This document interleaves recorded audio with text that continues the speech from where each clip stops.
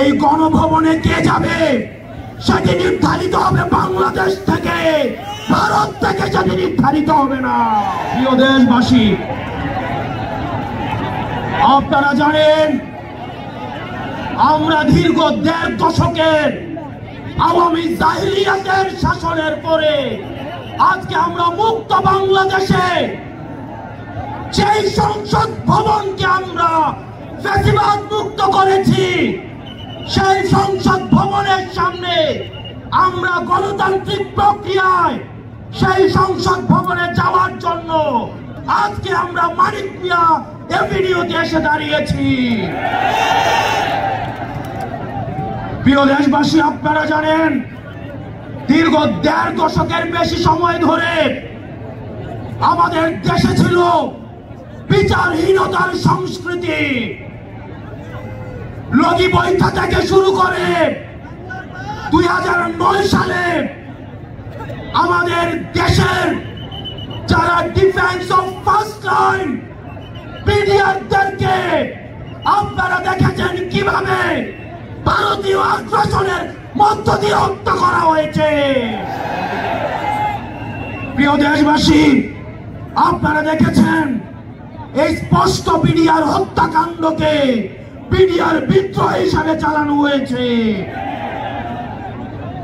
আপনারা দেখেছেন শাপলা চত্বরে আমাদের দাড়ি টুপিওয়ালা ভাইদের উপরে রাতের অন্ধকারে কিভাবে জেনোসাইড চালানো হয়েছে। আমাদের দাড়ি টুপিওয়ালা ভাইদের সামনে থেকে কিভাবে মাইক কেড়ে নিয়ে যাওয়া হয়েছে। প্রিয় দেশবাসী, আপনারা দেখেছেন বাংলাদেশে কিভাবে রাতের ভোট, কিভাবে দিনের ভোট রাতে চালু করার সংস্কৃতি চালু হয়েছে, ডামি ইলেকশন চালু করা হয়েছে। আমরা ৫ই আগস্টে এই আওয়ামী লীগের এই দুঃশাসনের আমরা এই দুঃশাসনের কবর রচনা করেছি। আমরা বলতে চাই, আমরা স্পষ্ট করে বলতে চাই, এই সংসদে কে যাবে সেটি নির্ধারণ করবে বাংলাদেশের খেটে খাওয়া জনতা। এই সংসদের মসনদে কে বসবে সেটি নির্ধারণ করবে এই ভূখণ্ডের মধ্যে যারা রয়েছে সেই ভূখণ্ডের মানুষ। আমরা দীর্ঘ ১.৫ দশকের বেশি সময় ধরে আমরা একটা জাতি গড়ে তুলতে পারি নাই। বিভাজনের রাজনীতি আমাদের মধ্যে ইচ্ছাকৃতভাবে জিয়ে রাখা হয়েছে। আমরা স্টেট ডেভেলপ করতে পারি নাই, আমরা নেশন ডেভেলপ করতে পারি নাই। আমাদের প্রতিষ্ঠানগুলো ভেঙে গিয়েছে, আমরা সুশাসন নিশ্চিত করতে পারি নাই, আমরা ফাংশনাল ব্যুরোক্রেসি নিশ্চিত করতে পারি নাই, আমরা স্বাধীন পুলিশ নিশ্চিত করতে পারি নাই, স্বাধীন বিচার বিভাগ নিশ্চিত করতে পারি নাই। আমরা স্বাধীনতার এত বছর পরেও আমাদের তরুণ প্রজন্ম, আমাদের একটা ইনস্টিটিউশন আমরা প্রপারলি ফাংশন করতে দেখি নাই। আমরা আপনাদের কাছে কমিটমেন্ট দিতে চাই, এই তরুণ প্রজন্ম আমরা ইনস্টিটিউশন গুলোকে প্রপারলি ফাংশনাল করব। আমরা আপনাদেরকে কমিটমেন্ট দিতে চাই, এই বিভাজনের রাজনীতির ঊর্ধ্বে উঠে আমরা একতার রাজনীতি বাংলাদেশে চালু করব। আমরা স্টেট ডেভেলপ করব। আমরা এই ভূখণ্ডের অধিকার আমরা আদায় করতে পারি নাই।